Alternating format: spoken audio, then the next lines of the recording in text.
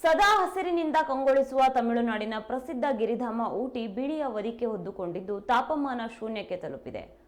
ಅತ್ಯಂತ ಕನಿಷ್ಠ ಉಷ್ಣಾಂಶ ಮತ್ತು ಆಹ್ಲಾದಕರ ವಾತಾವರಣಕ್ಕೆ ಖ್ಯಾತಿ ಹೊಂದಿರುವ ಊಟಿ ನಗರದಲ್ಲಿ ಭಾನುವಾರ ಉಷ್ಣಾಂಶ 1 ಡಿಗ್ರಿ ಸೆಲ್ಸಿಯಸ್ಗೆ ಇಳಿದಿದ್ದರೆ ಅಲ್ಲಿಂದ ಕೇವಲ 3 ಕಿಲೋಮೀಟರ್ ದೂರದ ತಲಕಂಡ ಪ್ರದೇಶದಲ್ಲಿ ಉಷ್ಣಾಂಶ ಶೂನ್ಯಕ್ಕೆ ತಲುಪಿತ್ತು. ಹೀಗಾಗಿ ಇಡೀ ಪ್ರದೇಶ ತೆಳುವಾದ ಹಿಮದ ಹೊದಿಕೆ ಹೊದ್ದು ಪ್ರವಾಸಿಗರನ್ನು ಭಾರಿ ಪ್ರಮಾಣದಲ್ಲಿ ಆಕರ್ಷಿಸಿತು.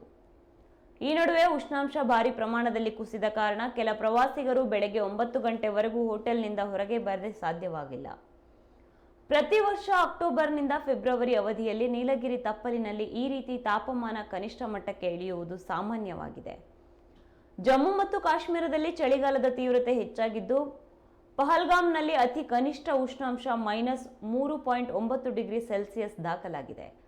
ಕೊರೆಯುತ್ತಿರುವ ಚಳಿಯಿಂದ ಶ್ರೀನಗರದ ಪ್ರಸಿದ್ಧ ದಾಲ್ ಸರೋವರ ಹೆಪ್ಪುಗೊಟ್ಟಿದೆ. ಅದೇ ರೀತಿ ಕರ್ನಾಟಕದಲ್ಲಿ ಕಳೆದ 2 ದಿನಗಳಿಂದ ವಿಪರೀತ ಚಳಿ ಆರಂಭವಾಗಿದ್ದು ಜನರು ಗಡಗಡ ನಡುಗುವಂತಾಗಿದೆ. ಚಳಿಗಾಲ ದೇಶದೆಲ್ಲೆಡೆ ಆವರಿಸಿದ್ದು ಜನರು ಶೀತ ಹವಾಮಾನ ಅನುಭವಿಸುತ್ತಿದ್ದಾರೆ.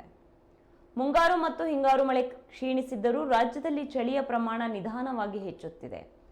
ಜನವರಿ ಅಂತ್ಯದವರೆಗೂ ಕೊರೆಯುವ ಚಳಿ ಇರಲಿದೆ. ಉತ್ತರ ಭಾರತದಿಂದ ದಕ್ಷಿಣ ಭಾರತದ ಕಡೆಗೆ ಪ್ರಬಲವಾಗಿ ಶೀತಗಾಳಿ ಬೀಸುತ್ತಿರುವ ಪರಿಣಾಮ ಚಳಿ ಇನ್ನಷ್ಟು ಹೆಚ್ಚುವ ಸಾಧ್ಯತೆ ಇದೆ. ರಾಜ್ಯಾದ್ಯಂತ ಕನಿಷ್ಠ ತಾಪಮಾನದಿಂದ ಚಳಿಯ ತೀವ್ರತೆ ಕಾಣಿಸಿಕೊಳ್ಳುತ್ತಿದೆ. ಬೆಂಗಳೂರಿಗಿಂತ ಕಲ್ಯಾಣ ಕರ್ನಾಟಕ, ಮಧ್ಯ ಕರ್ನಾಟಕ ಭಾಗದಲ್ಲಿ ಚಳಿ ಹೆಚ್ಚಿದೆ. ಕನಿಷ್ಠ ತಾಪಮಾನದಲ್ಲಿ 10 ಡಿಗ್ರಿ ಸೆಲ್ಸಿಯಸ್ ಉಷ್ಣಾಂಶ ದಾಖಲಾಗಿದೆ. ಧಾರವಾಡ 11, ಬಾದಾಮಿ 12 degree, Bidar 12 degree, Bengaluru 12.3 degree, Mandya 12.6 degree, ಮಡಿಕೇರಿಯಲ್ಲಿ ಕನಿಷ್ಠ ತಾಪಮಾನದಲ್ಲಿ 12.7 ಡಿಗ್ರಿ ಉಷ್ಣಾಂಶ ದಾಖಲಾಗಿದೆ.